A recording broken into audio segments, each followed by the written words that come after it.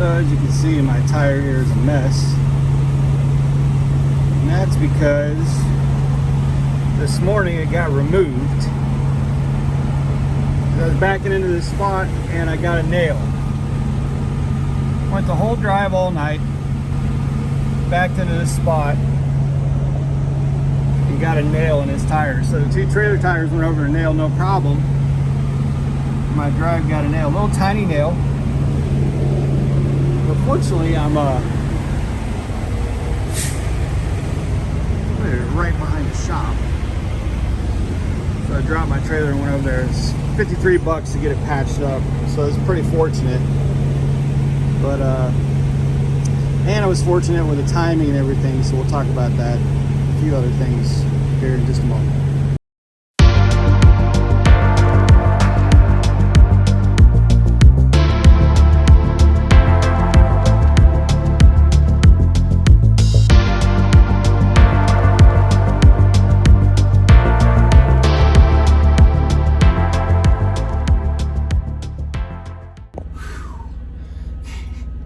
I'm out of breath, man. Out of breath. And out of light. I thought I'd have more light to do this video. But it ended up taking a little bit more time, and I went and readjusted my airlines and took advantage of some not hot to get some things sorted out. I wonder if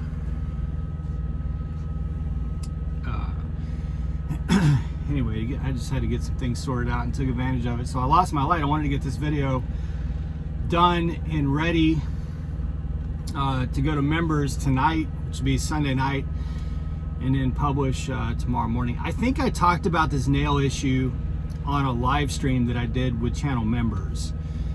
So if I'm being a little redundant with members, I apologize. But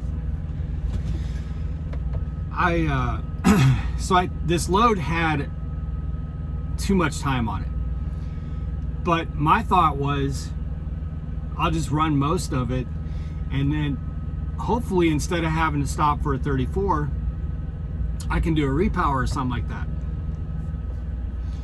Because as I mentioned in the live stream with the members, my Peterbilt was at his 90 way too early. He was, there's no such thing as too early.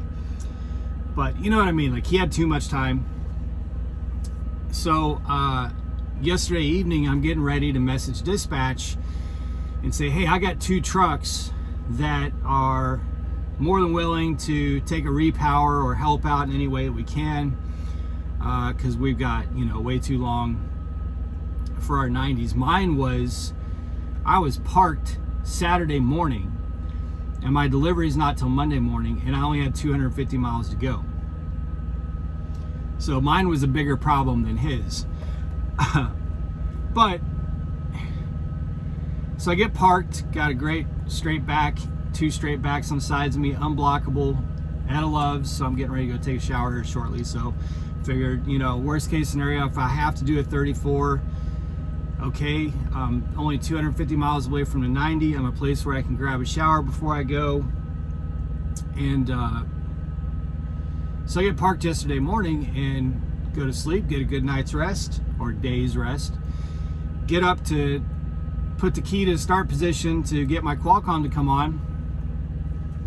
And man, the tire minder, whatever the hell this thing's called, the tire air gauge, was just screaming and showing 82 pounds in one of my drives.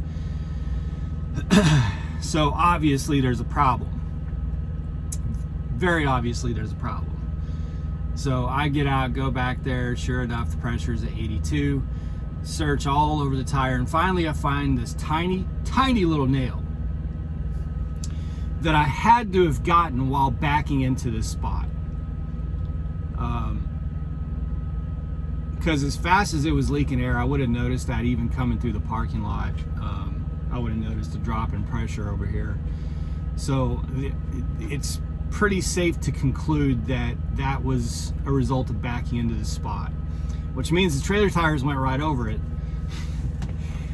And then my rear drive tire caught it. So that was yesterday evening. So I go over to Love's to the shop, which is right in front of me. And like, hey, you know, I need to get in line. I gotta get this tire patched.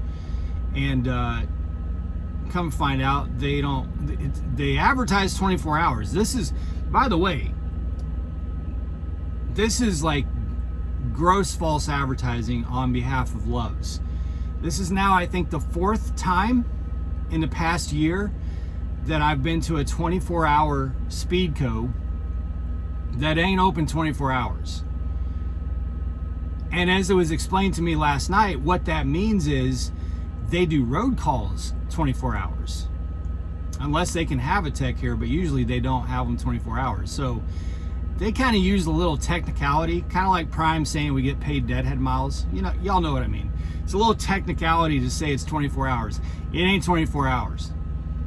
So they put me in line for first thing in the morning, this morning, Sunday morning.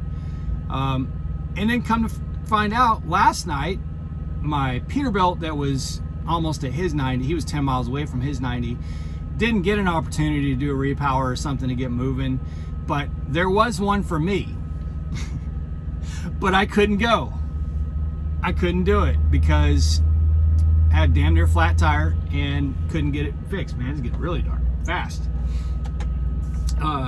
So that really sucked. So I forced myself to stay up all night so that I'd sleep today and then be ready to go tonight. But I got a call first thing in the morning. It was like 6:15 a.m. or something. To come over and get the tire fixed. And I already had the hubcap cover and off the tire, and the trailer dropped and everything. So when they called, I just, you know, threw my pants on and scooted right over there. I mean, it's literally right in front of me. Got that taken care of. It's $53. So the damage financially, as far as the cost of the tire, was pretty minimal, but it cost me potentially a load that I could have run, and someone else could have finished this one that had plenty of time on it. So, you know, it's not, when you have problems like this, it's not just the problem of the shop and the time in the shop and the cost of the shop, although that was pretty minimal, but it's also what it can cost you in freight. And it probably ended up costing me quite a bit in freight. But it is what it is. It's all part of the game. So I ended up getting a 34-hour reset, which I did not want. And it just is what it is, man. It just is what it is. When I'm well rested and ready to go tonight, I've got to, I'm probably going to leave pretty soon, even though I only have 250 miles and my appointment is for 0600. Problem is my 90 is right smack in the middle of a pretty big city. So I have zero interest in rolling in there at 5 in the morning on a Monday morning. So it does allegedly have overnight parking, which means I'm going to drive that early, get parked, and not deal with traffic in the morning, and hopefully get unloaded right at 0600. I'm pretty sure they're going to unload it pretty quick. I'm familiar with this company at another location. It's a dry load, but they don't have a lot of freight coming in, so I'm hoping it's pretty quick so that I can get another load going for this week's settlement, because this truck is already at 5,000 gross, like 5,100 gross for the week, and I'm delivering Monday morning. So, and I'll be in an area where I should be able to get a short load. I mean, what would be ideal is maybe 600 or 700 miles that delivers Wednesday morning. At least 600 or 700 miles. 800 or 900 would be even better. So that's what I'm hoping happens, because that would make this a pretty damn strong week for this truck. So yeah, kind of a forced 34-hour reset. It works though. I have a dry load, so I haven't had to worry about reefer fuel or reefer running or anything like that. And if you had to get a tire patched, this is about the best case scenario, where you have a dry load you have plenty of time. You're already parked where you're going to be doing a 34, and you're 30 feet from the bay where they've fixed tires. It's pretty much a best case scenario, because I've had these situations where it's just worst case scenario, you know, where you lose your load and stuff like that because you can't get into a shop, and now all the lights come on.